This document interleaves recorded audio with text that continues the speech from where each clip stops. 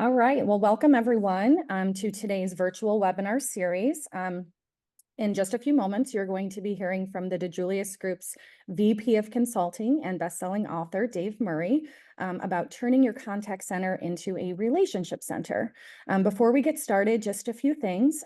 Dave will be on live after he has finished presenting. He's live now as well, but he will be taking live questions after he has finished presenting today. So if you have any questions that you would like to have Dave answer, please feel free to use a Q&A button on the bottom of your Zoom screen.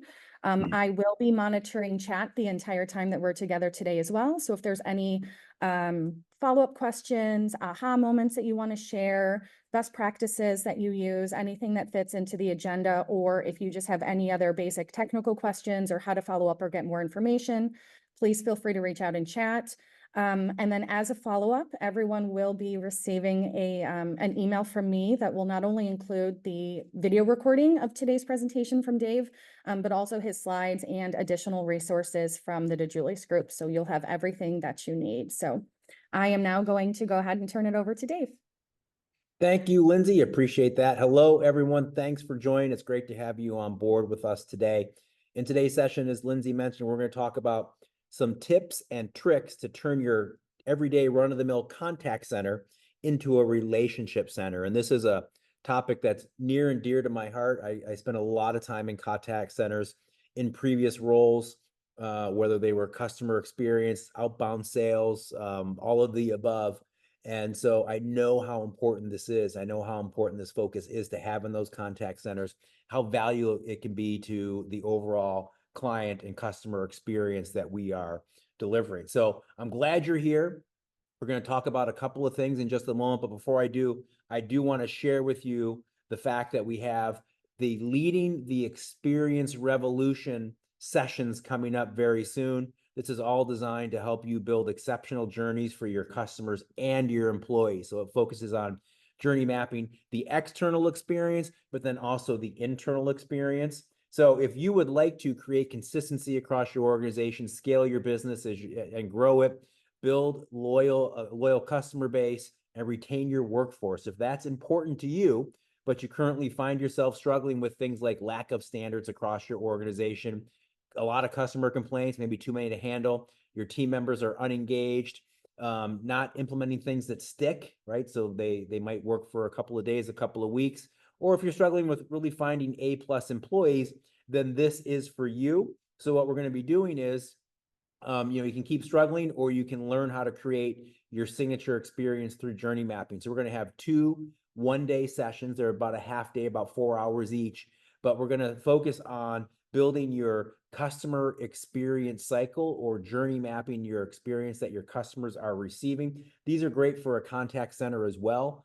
So if you're a contact center manager joining us today, this could be a great opportunity for you or some of your team members to join as well. So we're going to focus on creating that external experience, that signature experience, and also make sure that, here's what happens out there. So even if your products or services are better than your competitors, but you still find yourself that you're losing revenue, right? Customers are willing to pay more to purchase from a company when their reputation is really good when it comes to that customer experience.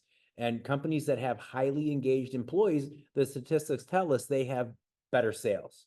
So there's a lot of value. So day one is going to be October 28th. And again, it's from 12 noon to 3 p.m. Eastern time. And here's what we're going to do. We're going to go through journey mapping your touch points of your customer's experience. We'll show you how to do that. So you can go back and do that on your own and get a team together and create those journey maps. We'll talk about reducing inconsistencies, making sure that you're not having employee or department roulette, which means, if I call into your contact center at 10 a.m. on a Tuesday, am I going to get the same experience, a consistent experience that I would at 5 o'clock on a Friday? We'd like to say yes, but is the answer truly yes? Maybe not. How do we deliver outstanding results without having to find new employees? How do we anticipate and avoid service defects, common defects at our stages of interaction with our team members? How do we understand and seek opportunities to go above and beyond? And then how do we create non-negotiable standards and then train those across our organization for our customers' experience? So that's day one. Followed up the following week, November 4th, also from 12 to 3 Eastern time, we're going to focus on the internal journey mapping. So journey map our employee experience and do so from their viewpoint. Build a culture moat around your top talent. Focus on retaining engaged talent, right? How do we retain them and keep them to stick around? It's not always pay, right? Pay is important, but it's not always the most important thing when it comes to team member retention and keeping them engaged. Giving employees something to brag about, be obsessively positive and grateful as a leader, reducing your turnover along the way, increasing morale, and instilling that sense of purpose in your team. So it's going to be a great 2 sessions. There'll be resources. You'll have a workbook. You'll have tools, real life examples. We'll share best practices and talk about real-time coaching, and we'll be providing some coaching in that. Those are going to be provided by both John and myself. A lot of the internal focus is based on some of the findings from our new book, The Employee Experience Revolution. And here's what's included with your purchase of these 2 sessions: full access to both events, including the journey mapping itself, a digital workbook for each event that you can download, and then you will also get the ability to replay both workshops after the event for up to 4 weeks. You'll have access to go back. We're also going to do some post-event support. We're going to have a Q&A session so you can digest the information, go back and talk about it internally, maybe implement a few things, but then come back and chat with us and get some guidance where we can offer that guidance. The investment is $249, so we highly recommend you consider this.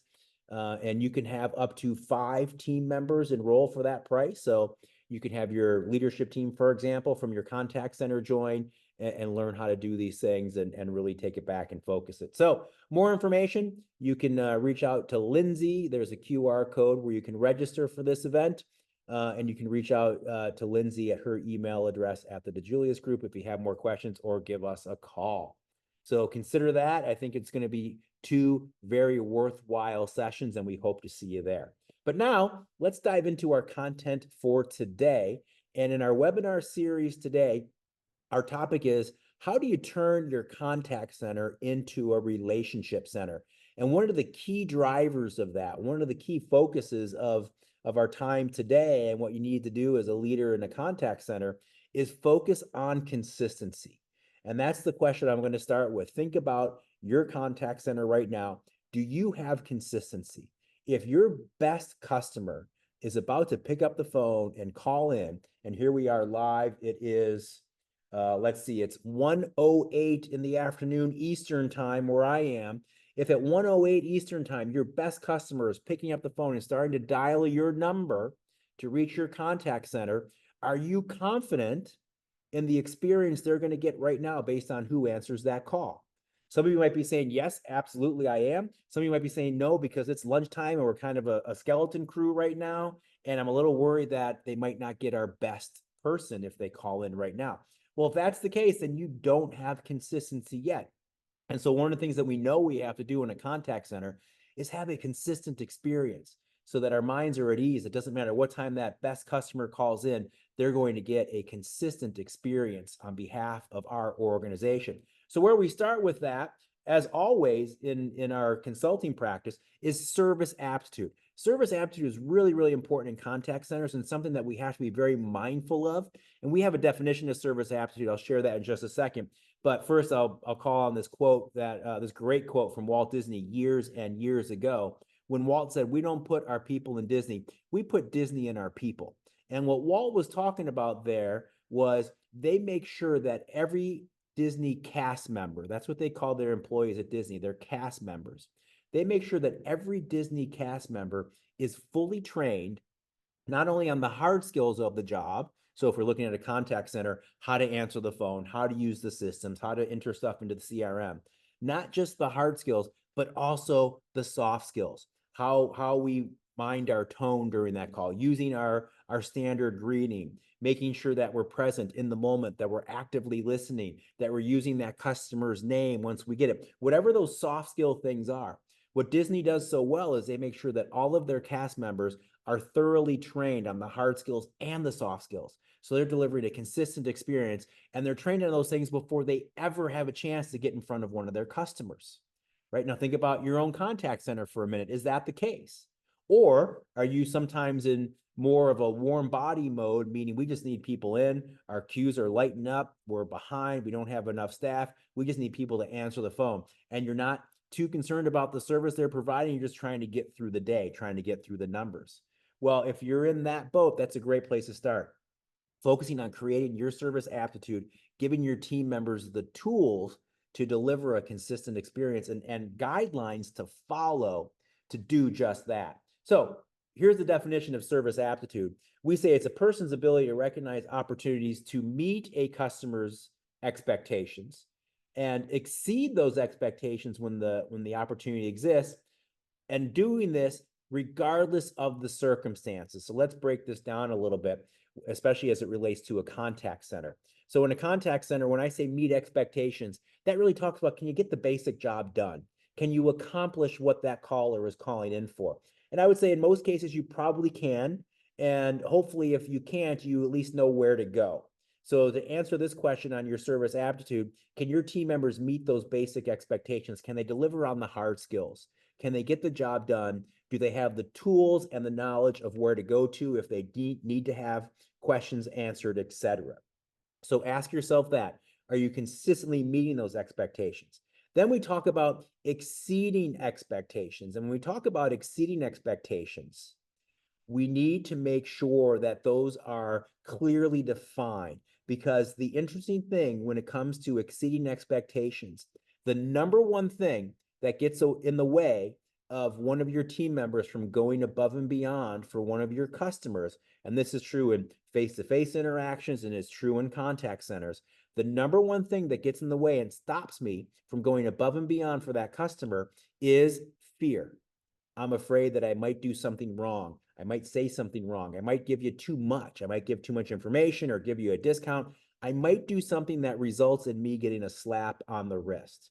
And so a lot of times, team members will take the easy way out and avoid that potential issue, avoid that fear, and just not go above and beyond. That's why we know it's so important to clearly define what your above and beyond opportunities are, what you want your team members to be focused on, what opportunities you want them to take when that opportunity presents itself, so they are exceeding expectations. So it's really going through the process of defining, okay, if this happens, we go ahead, of course we can offer this or do this.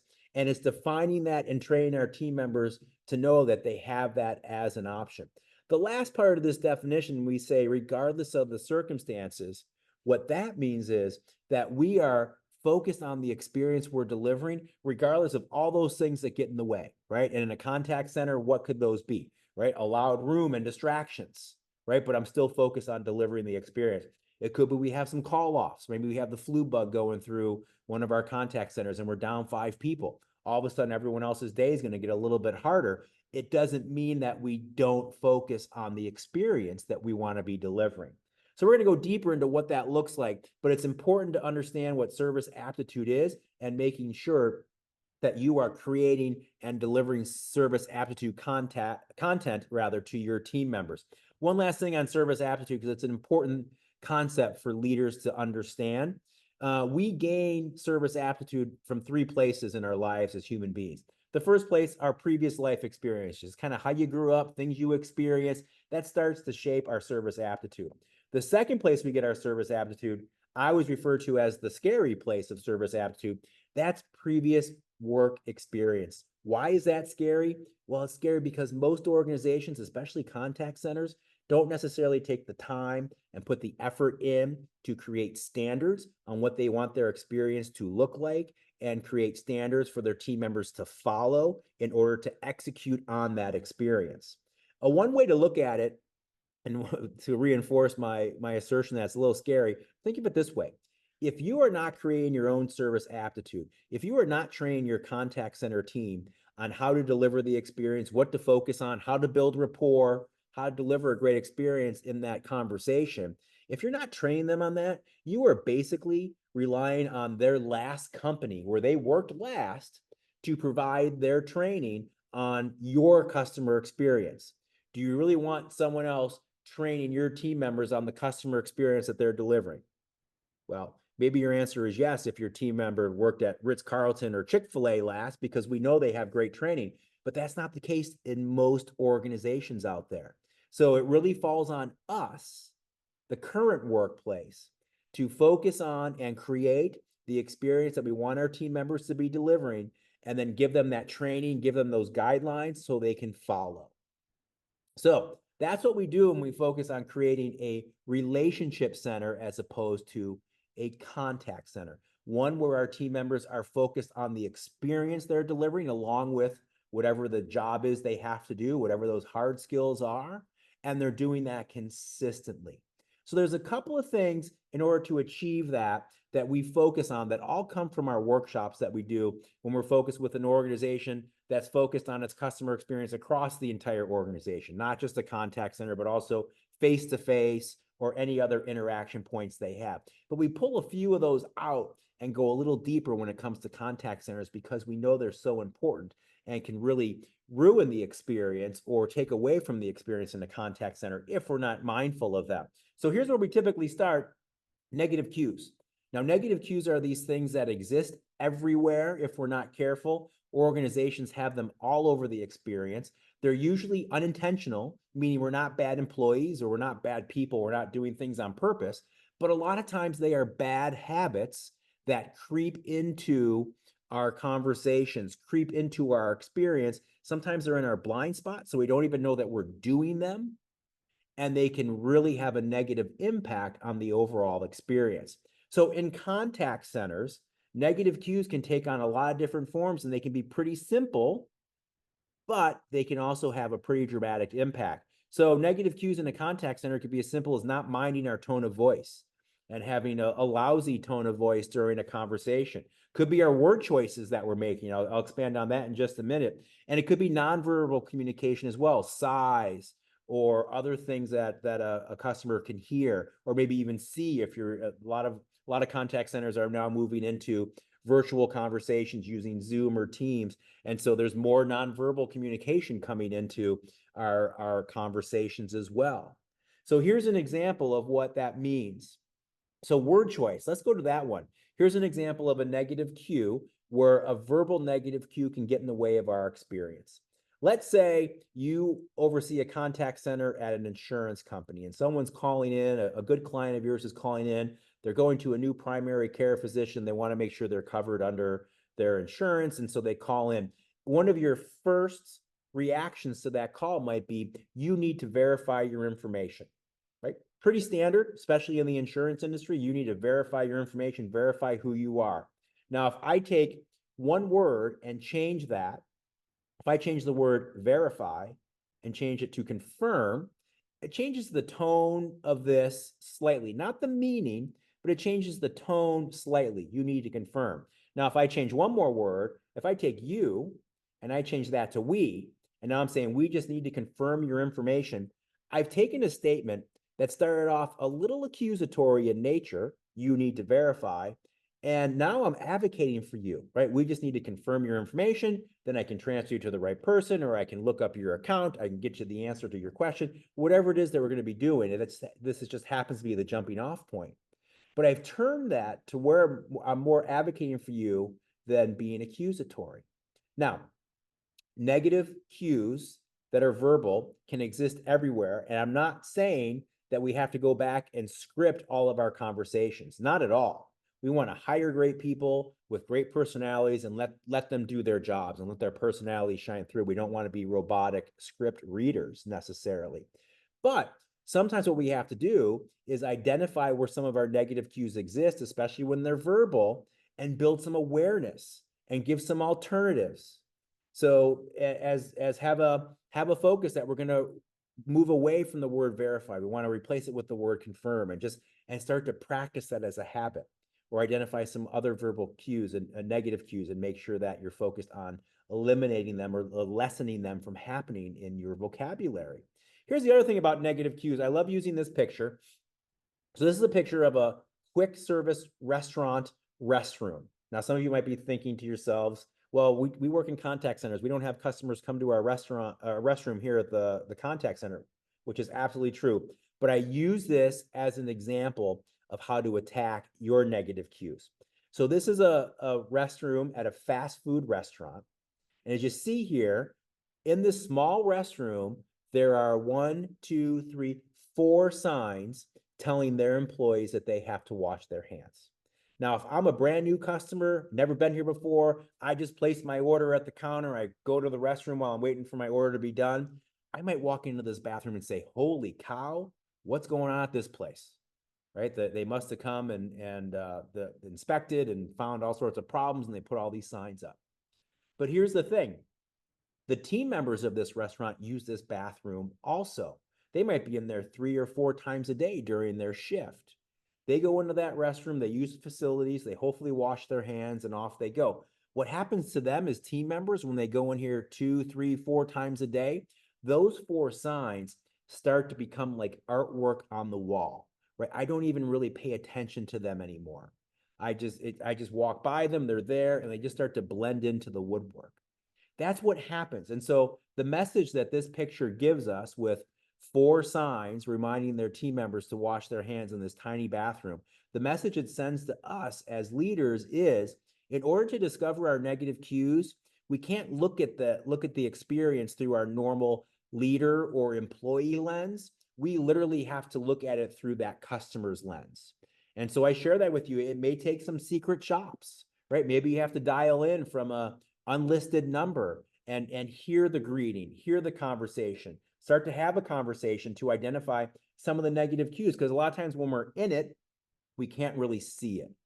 So to find those negative cues, we really have to be purposeful at looking at the experience through the lens of our customer and not just as a team member. So that's one of the places that we start. Where do you have negative cues in your organization? Could be in some of the scripting or wording you're using. There could be so many things, so many places where this pops up. So one of the places to start, focus on negative cues.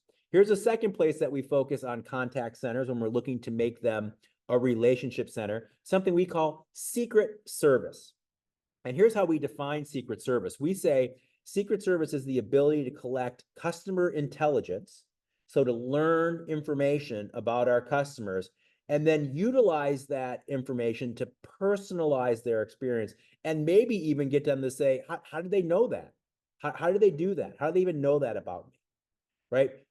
It's all about us paying attention and listening for those cues and then utilizing those cues to build rapport. So that's really something very important for us to think about. Why do we focus on secret service? There's so many great benefits. When we're utilizing secret service, when our contact center folks are focused on getting customer intelligence, gathering that customer intelligence, whether they're using it at that moment in that call to build rapport, or maybe they're plopping it into the CRM because someone else can use it down the road, it can help us build stronger relationships, right?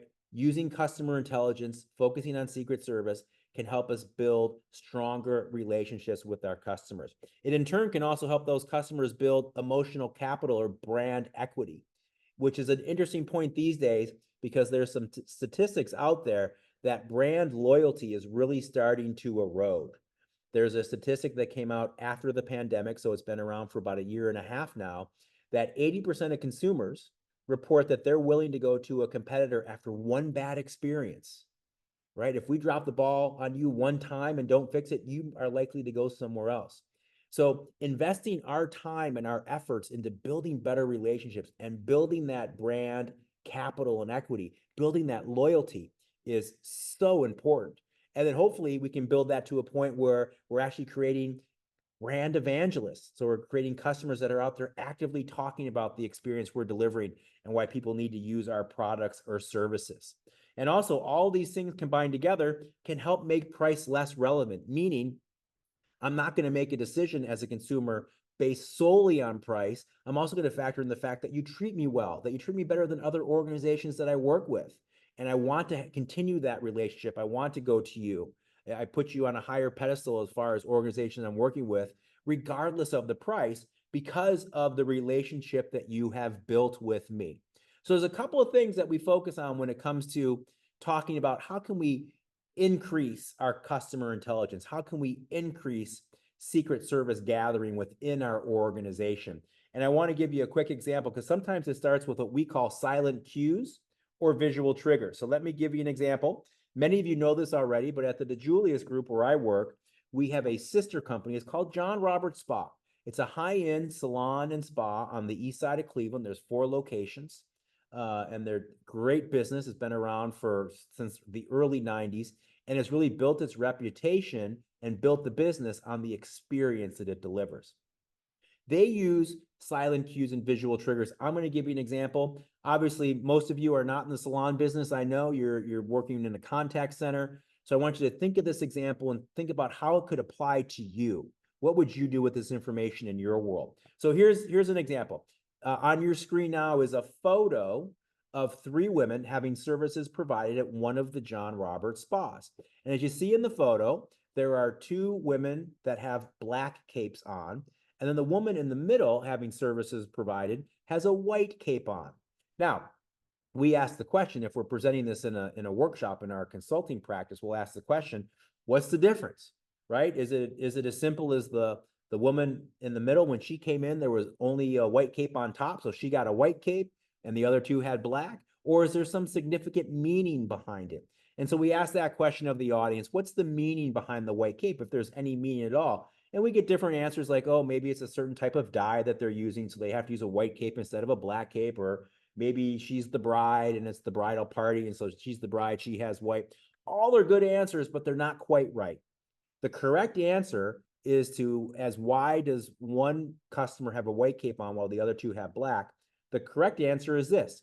The woman wearing the white cape is a new customer. She's never been there before, right? Maybe she saved up and it's a special occasion and she's been thinking about it for a long time and this is her first time there. If the woman is in a black cape, that signals to our team member that she's an old friend. She's a returning customer. She's been here before. Now, what does that mean to our service providers, right? It's a message. It's a reminder, especially to that new customer, that we really have to go into education mode. She has not been here before. She might have gone to someplace else for years that might be a little cheaper, but we have to show how great we are. We have to demonstrate and utilize all the value add that you get with your session with us, all the things that you're entitled to, all the things that we do to make it a wonderful experience. So it's a reminder that we have to go into a little more education mode than we might with a returning customer. It's also a cue that goes beyond that. It helps me. I'm not an employee of the spa. I'm just an employee of the sister company. I'm there once a month to get my hair cut. But it's a message to me that if I see someone in a white cape, I can say, hey, welcome. How's it going so far? How's your first time here? Versus seeing someone in a black cape, I can say, hey, welcome back. Great to see you again. So I can personalize the experience just based on the information that I've been given, right? So what value would knowing a first-time caller give your team members? Would they go into education mode? Would they treat that customer a little differently, knowing that information, knowing that they'd never called you before, versus a customer that calls on a regular basis, or a long-time great customer? Would you treat that call a little differently? Probably yes. The question is, do your teams have that information? Maybe it exists somewhere in the system. Maybe they could find it if they look, but unless it's really there for them, popping up as vital information, they may not find it or may not know it, right? So trying to identify what's some important information for our team members to have about those customers, and how do we make sure that we have that in front of them? How do we make sure that we know that they're a returning customer? Say, hey, thanks for calling again. It's great to hear from you, right? Those little things to personalize the experience just based on our knowledge. Here's another example. On the screen now is a picture of a crowded Chick-fil-A at lunchtime. So you see the countertop, and people are ordering their lunch, and they're busy, and they have a lot of staff up at the countertop helping their customers. And so here's what happens at Chick-fil-A.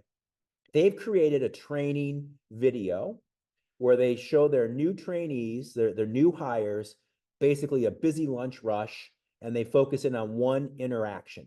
And so a customer may come up and order lunch, and the trainees watching it transpire on the video. So the customer comes up and orders, and our Chick-fil-A associate goes ahead and repeats the order as they're entering in, confirms the order. They go and get everything they ordered. They take the payment. They present the order on a tray. Everything looks great, and off the customer goes.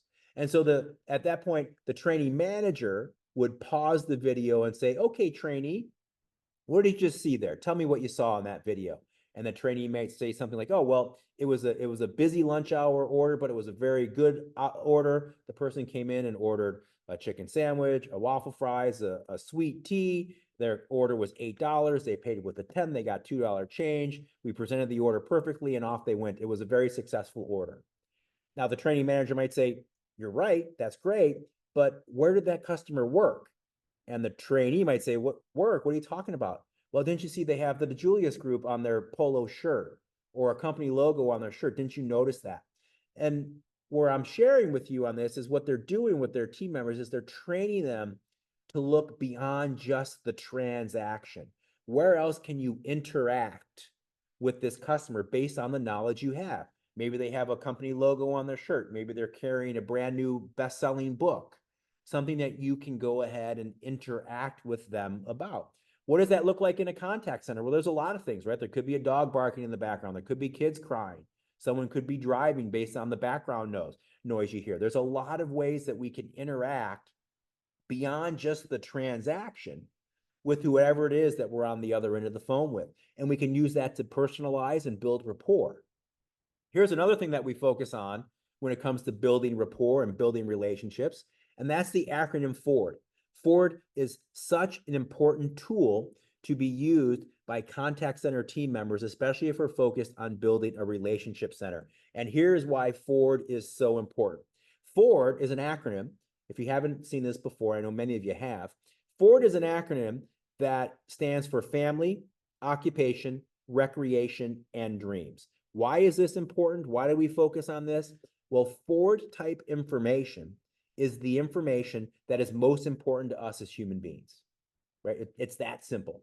These are the things that make us tick. These are the things that are our biggest priorities in life. These are the things that we care more about, that we're spending our time and money on, right? These are the things that are most important to us. So obviously family, that's a no-brainer. Our immediate family, our extended family. Occupation, when you meet someone at, let's say, at a party or a cookout for the first time, what's your first or second question typically? It's what do you do, right? So it's how we identify ourselves. We take great pride in our positions and our organizations very typically. Recreation, how do you spend your discretionary time and dollars? What do you enjoy doing? And then dreams, if you can get that far, what's your big goal? What are you trying to achieve? What are you saving for? Whatever that may be.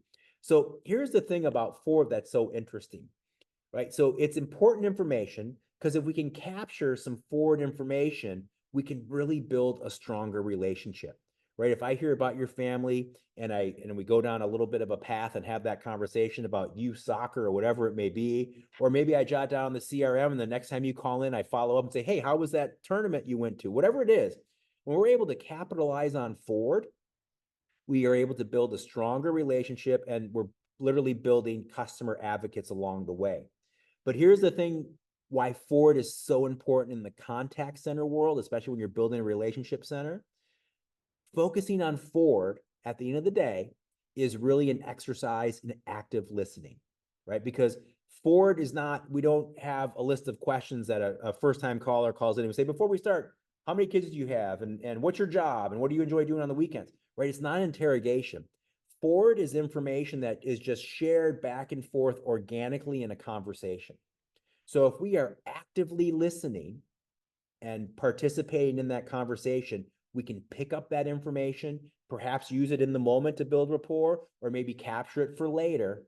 But at the end of the day, by focusing on FORD, we're making sure that our team members are focused, they're present, and they're actively listening and actively participating in that conversation with that customer.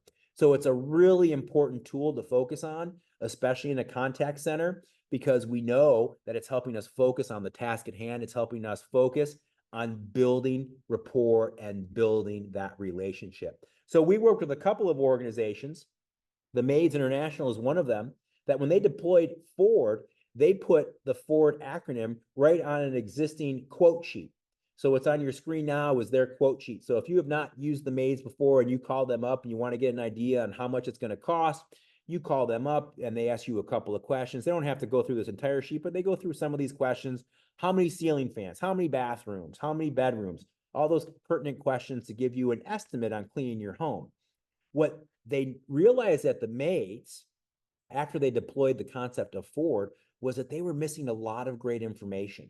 So during this conversation on the phone, when you would call into one of their contact centers, right, you'd be sharing great information, but very often their team member would miss it. Why? Because they were doing their job, right? They were focused on asking the question and writing down the answer. And they might get a response like, "Oh yeah, we have 3 bedrooms. Oh no, wait, sorry, we have 4 bedrooms. We just converted the office into a nursery we're expecting in December." Right? Before 4, that team member might be like, "Okay, 4 bedrooms, check," and off they go. Versus writing down 4 bedrooms and right under family, expecting a child in December. That might be really helpful information to the team of maids that goes into that home in the next couple of weeks. It's at very least an opportunity to say, "Hey, congratulations, that's awesome news." Right? So there's a couple of things you can do with that information, but very often if we're not careful and if we're being transactional, especially in a contact center, we might completely miss that information because we're just doing our jobs, right? Answer is 4, check, off I go. And we miss those opportunities if we're not paying attention. So focusing on Ford and getting that information is truly an activity in active listening, being present, and looking to actively build rapport as we're going down this customer journey. So there are so many ways to collect Ford. We have a lot of organizations that have robust CRM systems and have actually built in Ford categories. So while your team member is there having that conversation, they can plug it into CRM. We have other organizations that have created pads so I can at least jot it down and then maybe put it in the CRM later because I'm busy with other screens on my computer as I'm going through this call journey with you. So find what works best for you, what works best for your organization, but where can you be utilizing Ford better, right? So here's an example of an organization that created some pre-call prep. So this is more of an outbound calling organization at their contact center. And before they make that call, or before that scheduled appointment, they make sure they look at that past purchase history. They look at CRM to see if there's anything new that they need to know about them personally or professionally. Maybe they go to LinkedIn if they haven't had a conversation before, see where they went to school, see where they might have some commonalities that they can bring up during that conversation. And then on this screen of the CRM, they have very specific Ford type information that they're looking to get. And again, this is not an interrogation. This is not me asking 3 or 4 questions during the call. These are things that come up during the conversation. And then another great thing in this instance, this organization created a Ford call to action. So based on the Ford I learned, what am I going to do?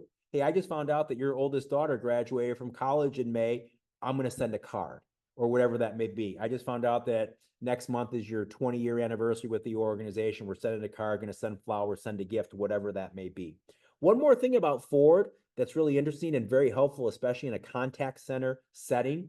There is some research that tells us when we're focused on Ford and we're building that personal connection, even over the phone, that connection helps us perform our jobs better. Here's how the research tells us that.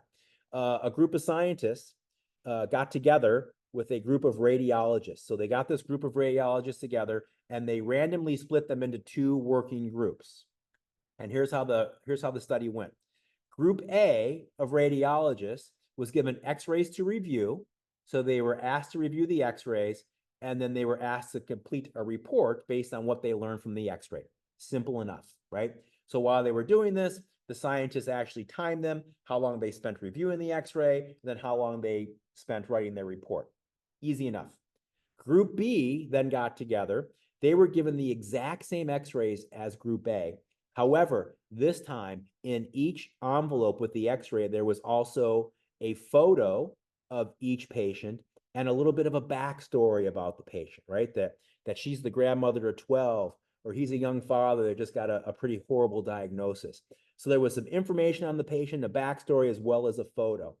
Now, the interesting thing was, once the radiologist reviewed the backstory, reviewed the pictures, and they were set to review the x-rays, that's when the scientists clicked the timer. when they reviewed the x-rays, when group B reviewed the x-rays, they actually spent more time reviewing the x-rays. So they literally spent more time looking at the x-ray. And when they wrote their reports came back 3 times longer. They found more issues. They worked harder and they found more issues. So what the science tells us is when we have that personal connection, even if it's a very little personal connection, I met you for the first time and I know something about you. Once we have that personal connection, I advocate for you more, right? My natural tendency as a human is to advocate for you more, to work harder, to get the job done for you because we have that connection. So the reason that Ford is so important is it's truly a two-way street, right? Not only does it help us build better relationships, but it also helps ensure that we are working hard on our end and we're putting the effort in because we have that relationship. So that's another thing that you can do to employ in your contact center to make sure that you're focused on becoming a relationship center is deploy forward the use of customer intelligence, gathering forward, making sure your team members are actively listening when they're in conversations, they're present in the moment, they're actioning on those things they're learning about, building rapport. And that can go such a long way in you turning your contact center into a relationship center. One more thing that I want to share with you that we do comes to us from our customer experience cycle workshop, one that we're going to be touching on in the session that I mentioned coming up in October. If you want to join that session, the 3-hour workshop, the virtual workshop, we focus on journey mapping. And so when it comes to contact centers, there's some very specific areas where journey mapping can be very, very important. And things that surprise me sometimes with contact centers, I get surprised that they don't have a standard greeting, right? That you may call in at 10 a.m. and get one person that says, "Thank you for calling XYZ Corp. How may I help you?" You call an hour later, you might just get a hello or something completely different, right? So when we focus on creating standards in the customer experience cycle, that customer experience journey map, really what we're doing is building the consistent standards or the consistent guidelines that we want our team members to be following. So it helps ensure that we have a consistent experience. So let me just give you a quick example of what we do in this instance, because this may help you. You might want to come up with a couple of standards that you start to follow right away. In this workshop, we take some of our important interactions, or we call stages. So let's say it's answering the phone. Let's say it's getting to the bottom of the issue, whatever that may be. And we break those down into 4 buckets. First bucket are the service defects. What can go wrong? What do we need to be prepared for? That, human error or system error. We need to make sure that our team members are aware these things could happen and they're ready to handle it. The second bucket we look at are operational standards. So what should be happening at this interaction point that should be happening operationally consistently? Maybe I have to get your name. Maybe I have to get your account number. Maybe I have to enter into the system. Maybe I have to pull up the buy screen, whatever it is, making sure that those things are happening consistently. The next 2 buckets are the most important. The third bucket we focus on is where can we build in experiential standards into this interaction? Experiential standards can be as simple as, "Hey, I got your name. Now I'm going to use your name once or twice in the conversation. I'm going to say, 'Well, Dave, let me tell you. Well, Dave, thanks for calling,'" right? Because we know that's such a great way to build rapport. It could be making sure that we remember to use our standard greeting on the open. It could be making sure that at the close of the conversation, we're reminded to thank them for being a customer. Maybe we're going to have the information. "Thanks for being a customer for 10 years, whatever that looks like. So the experiential bucket is all about where can we personalize and use customer intelligence to build a better call, build a better interaction. And then the last part of this, the 4th bucket, is where can we start to identify above and beyond opportunities? Because remember, when I introduced the concept of service aptitude, I talked about the fact that the number one reason that employees typically will not go above and beyond or exceed expectations is they're afraid to. They're afraid of the consequences. They're afraid they might make a mistake. So what we want to do at our interaction points is create some above and beyond opportunities so our team members have permission. They know that I can go ahead and do this. If the opportunity presents itself, I don't have to put the call on hold and flag down my supervisor. I can just go ahead and do these things. So that's what we start to do. And we do this for each of the selected touch points that we want to focus on.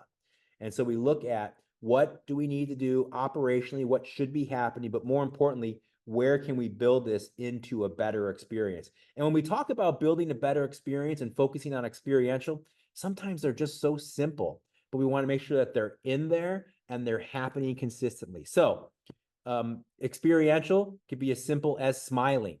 As cliche as it is, we've all heard it before. If you work in a contact center, you've heard this saying, you can hear that smile through the phone. That is absolutely 100% true. Are we reminding our team members to smile, to reset every time they pick up that phone, every time they enter a new interaction? Smiling can be so important, but are we reminding ourselves to do just that? Is it part of our standards? Another example of experiential, as we mentioned already, using that customer's name 2 or 3 times in the conversation once we have it, because we know how important that is to building rapport. Are we focusing on delivering an energetic and friendly tone during that call? Or we're becoming a little more transactional? Maybe it's been a long day and we're just kind of robotic and going through the motions, right? Do we have a reminder? Okay, new phone call. What's my tone? What's my energy level? Okay, here we go. Are we following warm transfers, right? Cold transfers versus warm transfers. I'm sure many of you, if you're in the contact center industry, you know what that means already.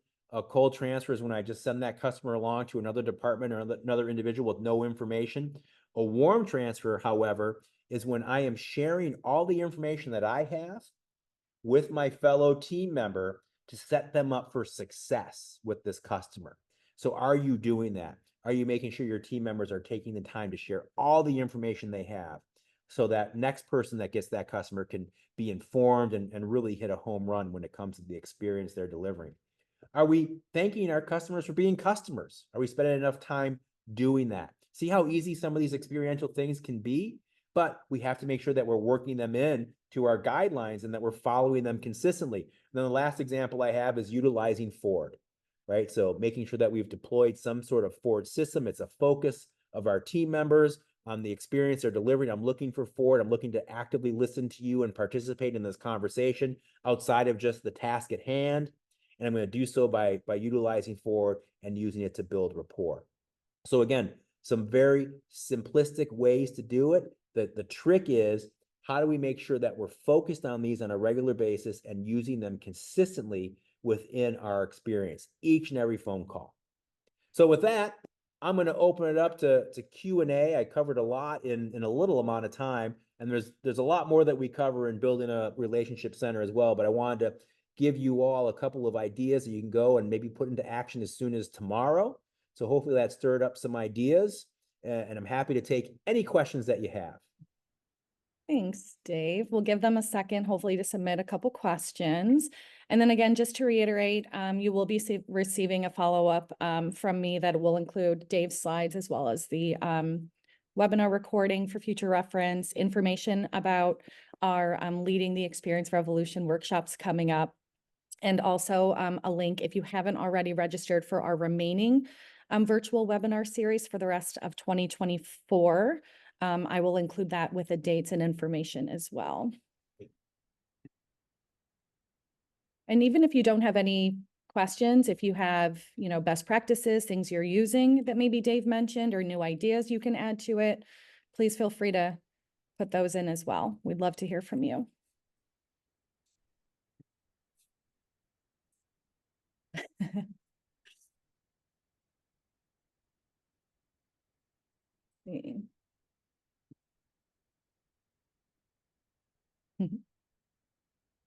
I don't know, Dave, maybe you just presented so perfectly and explained everything so wonderfully that they don't have any additional questions. That could be. I'm sure it is. Well, I'll close with this. If we don't have any questions at the moment, you can always reach out to me, send me an email. We can chat on the phone. We can schedule a Zoom. If you're hitting a little bit of a point where you don't know where to start or you're feeling a little overwhelmed, I'd be happy to talk through. I designed today's presentation to hopefully give you some easier ideas to kind of kickstart this, but if you have any questions, I would be happy to continue the conversation. And I'm glad you mentioned that because I do include your email address in the follow-up email. So if they do have any additional questions or need to talk through anything or bounce ideas off of you, they absolutely will be given your email to reach out. So. All right. Well, I didn't see any questions come through. So thank you again, everyone, for joining us this afternoon. Hopefully we'll be seeing you 2 weeks from today. It's October 24th. It's our next virtual webinar series. Enjoy the rest of your day and we'll see you soon. Thanks, everybody. Bye, everyone.